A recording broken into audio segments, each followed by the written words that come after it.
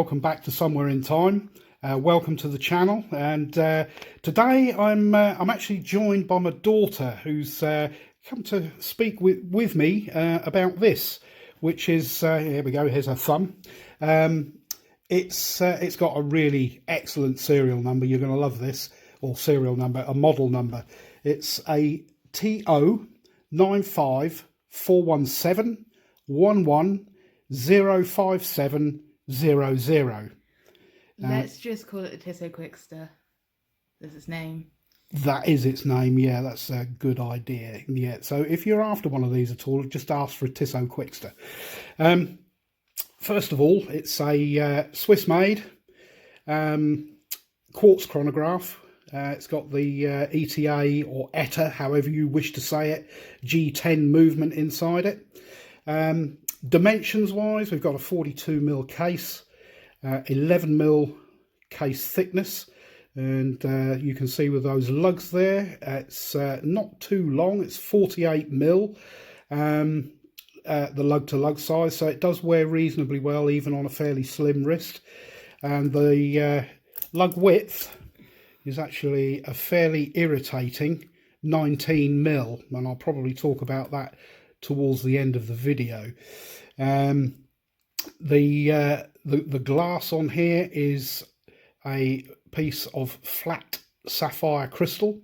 I've actually had this watch for about 3 years now, and it's had a lot of wrist time, and I'm already smudging this watch. I can see fingerprints all over it. And you can see it does actually wear really well, considering that it's 3 years old. As far as the dial goes, it's a matte black dial, and you've got applied indices, and the only number on there for the indice is the number 12, and each of the indices is actually, I don't know if the camera will quite pick that up, is actually highlighted in red, which is quite a nice touch. You've got date window at the 4 o'clock position, and you've got your chronograph subdials. The subdial at the 6 o'clock is your running seconds. The subdial at the left is a 30-minute timer, sorry, not 30 second. And the subdial at the top right is the tenths of a second. Standard chronograph operation. So you push the top button. It's a nice sharp click, and that'll start the chronograph running. And you've got your center second hand, which is your chronograph seconds. And to stop it, press it again, and you can see your tenths of a second run round to register where that tenths of a second was. And then to reset, press the bottom pusher, and then we're back to zero. Zeroes nicely and sits pretty well central. The rest of the dial, the Tissot and the date and the Swiss made are all painted or printed. They are not applied. And at this point, I'm actually going to hand over to my daughter, because she's probably better at talking about watch aesthetics than I am. This is actually one of her favourite watches of mine. Yeah, I'm going to hand you over to her now. Let's hear what she's got to say. Hi, please, if you can see, excuse my purple fingers. I dyed my hair today. I like the chronographs and how they have silver hands on them, although with that I don't like that they don't have lume on them, because in the evening or at night you can't read the chronographs.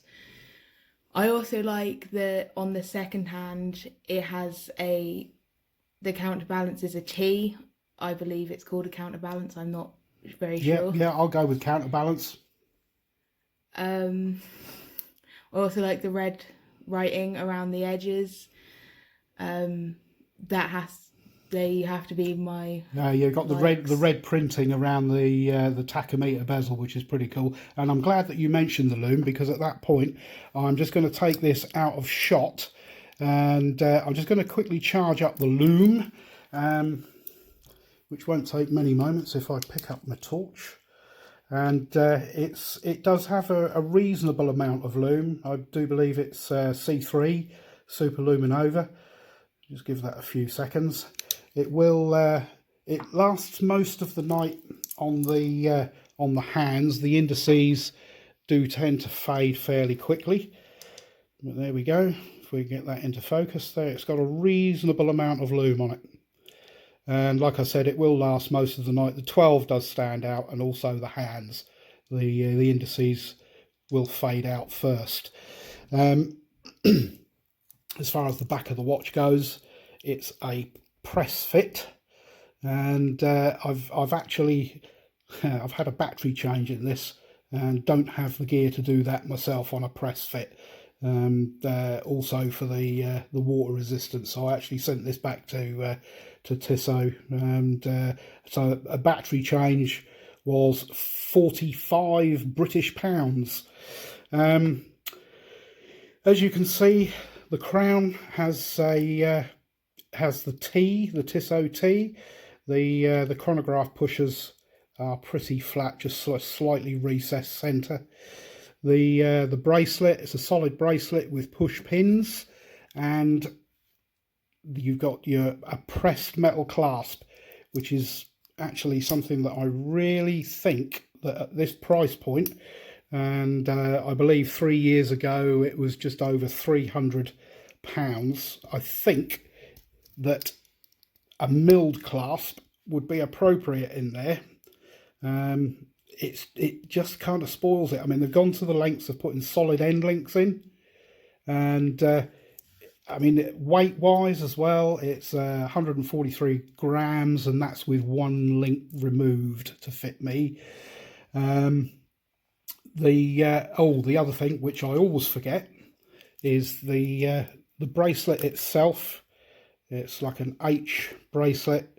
It's probably not quite as prevalent now. The outside of the links are polished, and the centre links are brushed. The rest of the case is brushed on the outside with a polished top. You've got a little bit of finishing and shaping around the edge of the tachometer bezel, giving it a nice kind of sporty finish. So being a sports chronograph, it's yeah, I think it's pretty good, and they are good value. The only thing, like I said, is that that bracelet clasp. I just think it's not particularly good at that price point. And you've got three micro adjusts on your clasp there. 4 or 5 would have been nice. It's with one link out, it is actually quite difficult to get a really good fit. But yeah, once you've sorted it, it's okay. Now back to the lug width at 19mm. I mean, why? I don't understand why watch manufacturers want to do that. Finding other straps for this is actually quite difficult.